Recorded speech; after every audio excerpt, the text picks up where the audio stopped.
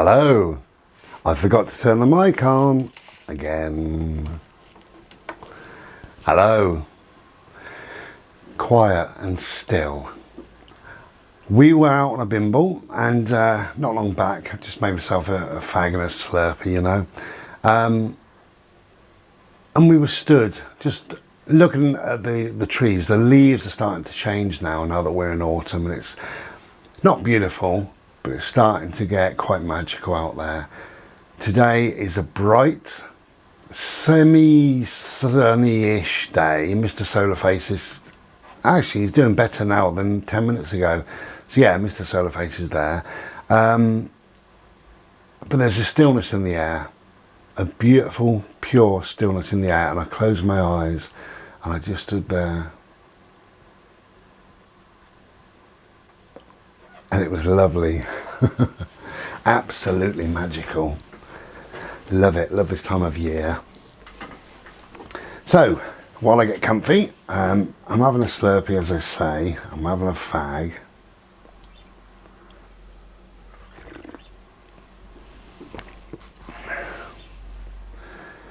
So I should do another My Thoughts. Now this subject I'm really quite interested in, to be honest.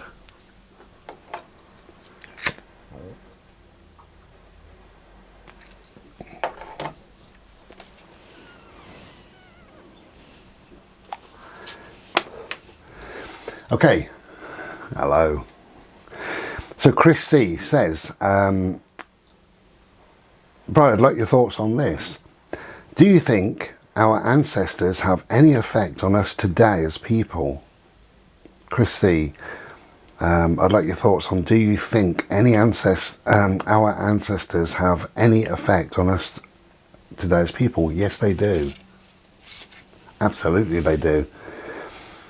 We never used to think they did. We used to think our DNA was a product, obviously, of both parents, and that creates the person.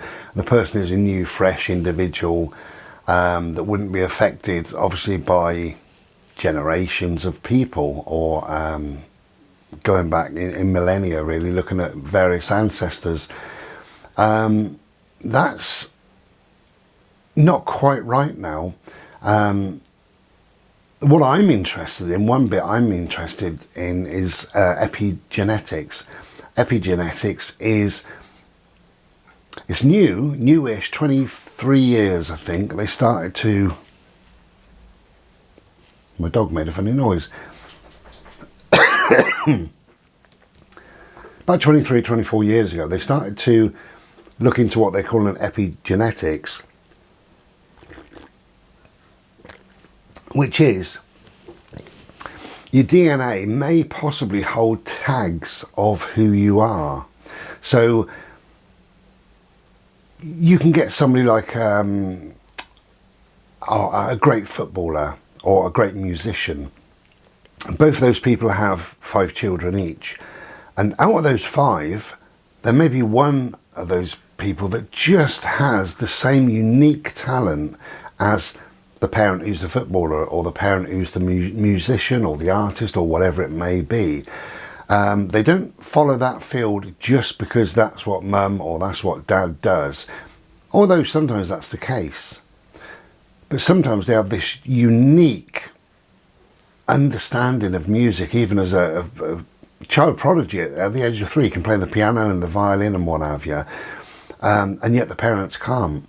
And when they look into it, they realise that granddads picked up any instrument at a toddler's age and just played it perfectly.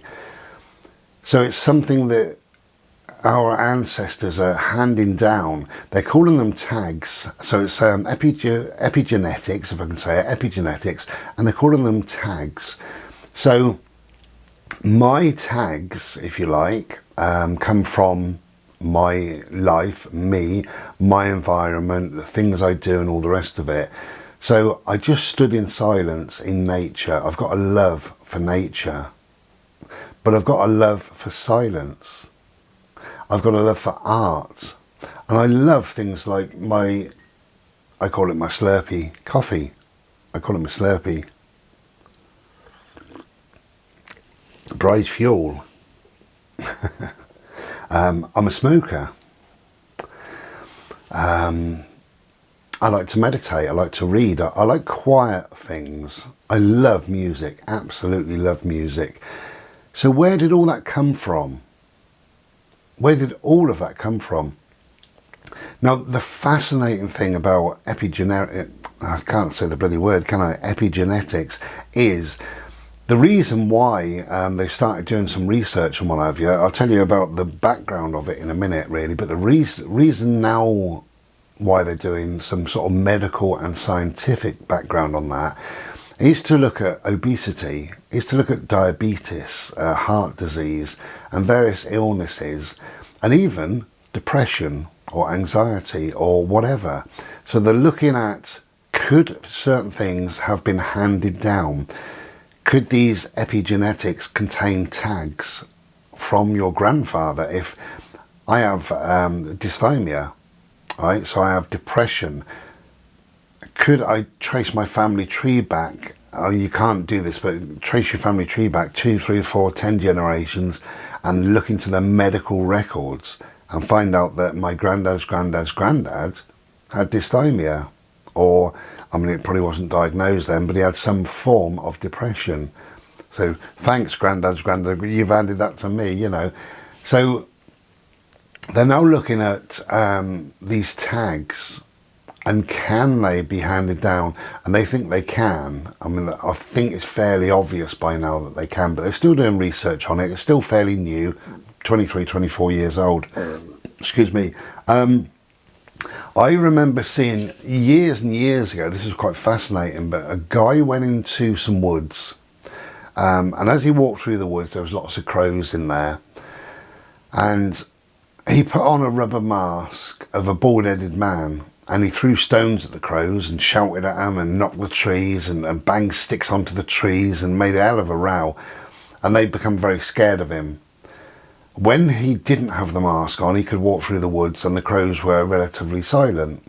When he put the mask on, whether he made any noise, whether he threw any stones or whatever, they become very noisy and shouting at each other, watch out, there's a warning, you know, like that. These crows had babies, and these babies also started squawking every single time they saw him with the mask on.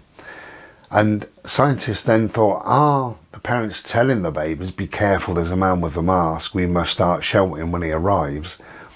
Why is it something to do with epigenetics? Is there a tag? Is there a trait that the parents have somehow put this tag onto their DNA? So years later, and this is fairly modern now, but either rats, mice or monkeys, and I can't remember what, I haven't got a clue which, were in their home, pen, cage, whatever, and when they were shown cherry blossom, they went to their food, there was cherry blossom and food put down at the same time, they rushed for their food, and as they did, an alarm sounded and they were sprayed with water and the cage were knocked and banged and rattled. They were terrified, they thought it was the end of the world. So they ran away. And then another hour later, somebody with some cherry blossom and some food, they come rushing for the food and bang, all hell was let loose and they ran away. After about 10 times, you could put the food down and they would eat the food. You could put the food down holding the cherry blossom and they would run around like mad. They wouldn't come anywhere near you. When the mice or rats or monkeys, whatever it was, when they had babies, they were separated. And somebody fed them and they rushed to the food. They fed them again, they rushed to the food. They held some cherry blossom and these things squawked like mad, whatever they were, rats, monkeys or whatever, and they wouldn't come near the food.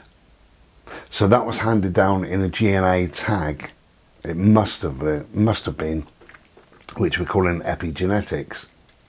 So yeah, it's absolutely fascinating, that really, especially that they can now do some research on perhaps obesity or diabetes, heart disease and things like that. Are you more susceptible because you've got a tag in your DNA that was handed down through your parents or grandparents or whatever? So it's certainly something to I don't know, it's fascinating, isn't it? Absolutely fascinating, because you didn't think your DNA could contain things like that.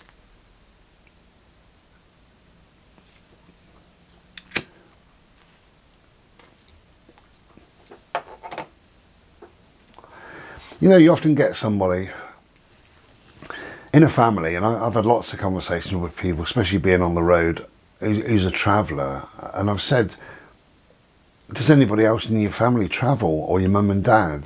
And they say, oh no, God no, they're really stay-at-home people, it's just me. And I said, what about your grandparents? Oh no, they didn't go anywhere. And they seem to be the only one. Or the same with an artist. You know, I've met artists on the road, and I've said, wow, look at this, it's beautiful. And I said, were you trained, or did you go to college? Oh no, I just picked it up. Oh right, what about your parents? Were they artists? No, they couldn't pick up a pencil. Grandparents? No. So where does that come from? Where does that talent, where does that creativity come from? Is that handed down from various generations, you know, and perhaps it skips a generation or two and carries on? Maybe, maybe not, I don't know.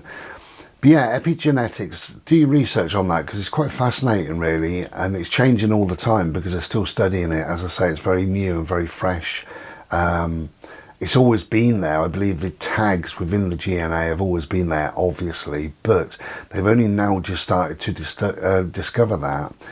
And the study and the research they're doing is phenomenal, really. It's really, really interesting to see, you know, what's going on. Very good it is. So that's from Chris C. Do you think our ancestors have any effect on us today as people? I talk about my tribe quite often, and it's something that I actually do believe in. I can meet 100 people, 50 people in a day, and I'm very connected to one or two people, and I feel like I know them. I feel like I would have known them sometime in the past. If there's a future life, then whatever, you know, maybe I would have met them then, and maybe they would have been part of my tribe. And I believe that quite strongly, really. I think we're all part of some kind of ancestral tribes, many hundreds or thousands of tribes perhaps. But you know it yourself that you can just meet somebody and you're very, very connected. And all of your friends were in your tribe way back when. And I think that's a hand-me-down from ancestors, and it keeps us safe to have the similar people around us, generation after generation after generation. You know, we have the similar sort of tribe people around us. Just kind of keeps us grounded, keeps us safe. We know our place, kind of thing, you know. Perhaps there's something in that. But I've been saying that for so many years, I don't know really. I feel that when I meet somebody, I can tell whether they're part of my tribe or not. Yeah, it's quite a fascinating thing really. But who knows what's handed down really, you know, from generation to generation, or our ancestors that built Stonehenge. That's still within us, isn't it? You know, obviously their DNA is here. So there's some sort of trait, some, you know, that's why perhaps people go into studying meteorology or something like that. Do people have a love and a fascination of clouds or nature? Because our ancestors also had that. So there's tags within our DNA that lead us to search out those sort of things, clouds or stars or nature or art or smoking or Slurpee drinking. You know, you often get a heavy drinker, and a heavy drinker has one or the other parents that's an alcoholic. And perhaps granddad was also either an alcoholic or a heavy drinker. So is that also handed down? I think it possibly is, you know. You can take, I did see something on YouTube, twin girls I think they were. Yeah, they were, twin girls. separated at birth, and one lived here and one lived wherever, you know, I think America or something like that. And they found out about each other when they were in their 50s, and they decided to meet. And when they met, they were wearing the exact same cardigan, a very similar blouse, and a similar skirt. So they'd chosen the same sort of outfit. And they discussed music. What music do you like? And they both said, oh, I like blah, blah, blah. And it was the same type of music. There were differences, you know, different foods, different taste in this, different taste in that. But they'd both been married, both been divorced, and both had 3 children. I think there was like 2 boys and 1 girl was their children as well. Maybe that's just coincidental. I would imagine it would be. But that's quite fascinating that they're twins sharing the same DNA, and they've lived virtually the same life, albeit thousands of miles apart. Yeah, fascinating.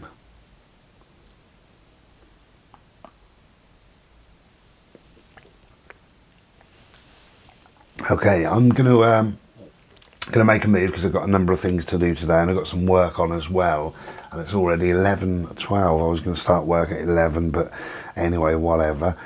I've got to go at the post office as well today, and a couple of little things that I want to get done. So, thank you very much, Chris. A really interesting topic, epigenetics. If you want to do your research on that, I think it's fascinating, really interesting.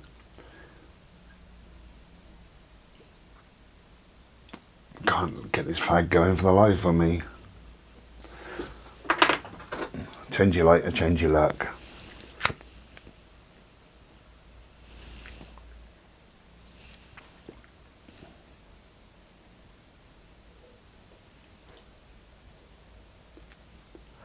Now, I do enjoy a fag, I must admit.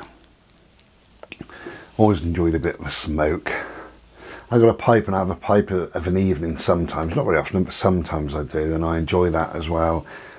Just something about slowing yourself down. I know it's dangerous and it's full of chemicals and whatever, but to slow yourself down and just have a little pipe puffing away, some gentle music on in the background. Oh, I should have a new CD delivered today as well, so that's something nice to look forward to. Oh, and just finished the video.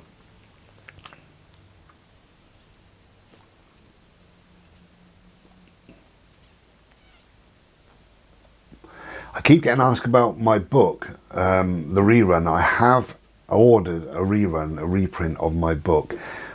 It's due to be here. I'm not sure at the moment, but it's due to be here, I think, Saturday or Monday. So next Tuesday or Wednesday they will be on my eBay and Etsy. I'm not sure which day, but I'll make a video to say when.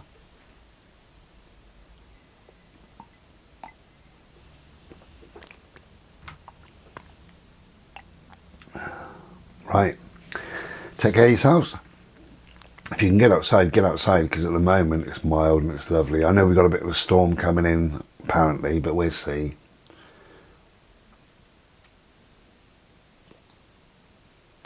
Right, can't get that far going, so we're off. Ta-ra, be well. Cheers.